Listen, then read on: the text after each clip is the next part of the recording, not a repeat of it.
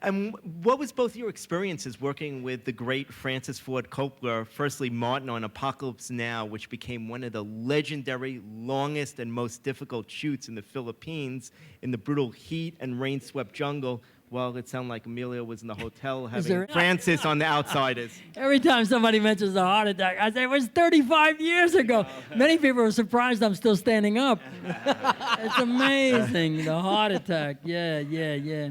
Well, my experience working with Francis was very different because he had resorted to directing from inside of his Airstream at that point. So he had built, it was sort of a video village, but he was very removed from the cast. And he set a couple of large speakers out on the set.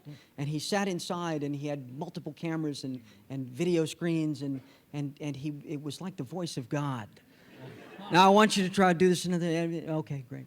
But it was you're a young actor. You get hired by Coppola. You think I'm going to be on set with this guy. I'm going to be working with him. He's great. What an opportunity! And I never saw him. Of course, we remembered each other from being on the set of Apocalypse, and I'd become very good friends with his son Gio.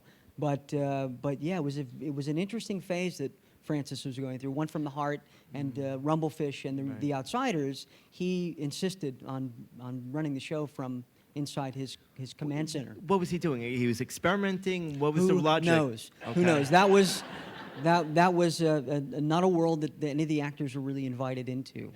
And Martin, just briefly, I know it was a very, very tough time. You're in 100 degrees and 100% humidity in the Philippines, awful conditions. Did you think it was an ever end?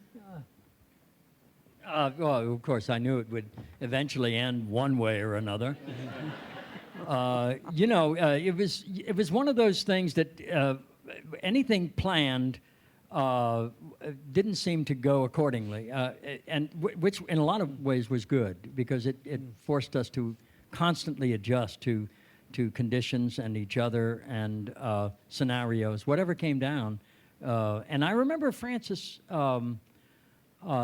telling me and encouraging me because I didn't know who this character was. I'd never been in combat. I'd never even been in the Army. I didn't have a clue what it would, who this guy was.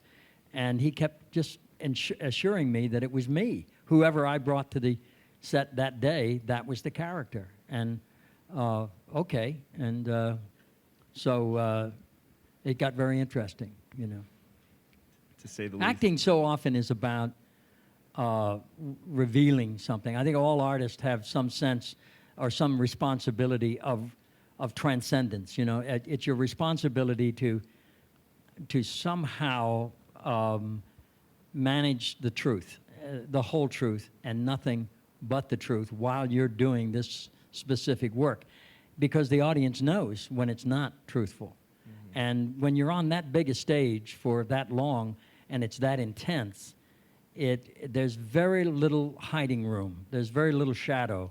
You're going to be exposed. And so I decided to let it rip. I said, I was dealing with a lot of demons, and I had a lot of anxiety, a lot of insecurity. I was an alcoholic. I had a lot of opportunities in that film to explore all that negativity, and I felt this was one time that it was important not to hold back, and so I did that. It was not satisfying, and it was not pleasant very often, but it was honest, and I've always been proud of that. And Emilio... Oh, thank you.